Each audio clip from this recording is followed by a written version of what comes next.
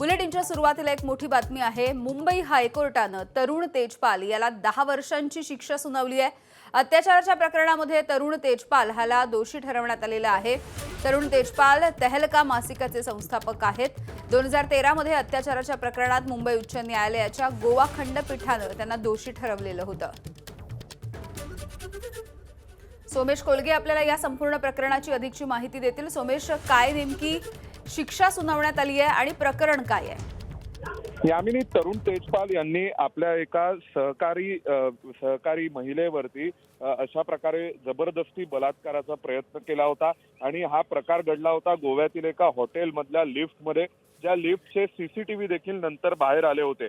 परंतु तरुण तेजपाल यांच्याविषयी जेव्हा ट्रायल चालली त्या ट्रायल कोर्टाने त्यांना निर्दोष मुक्त केलं होतं, कारण त्यांचं तेव्हा असा निष्कर्ष होता की पीडितेच्या काही व्यवहारावरती प्रश्न उपस्थित करण्यात आले होते।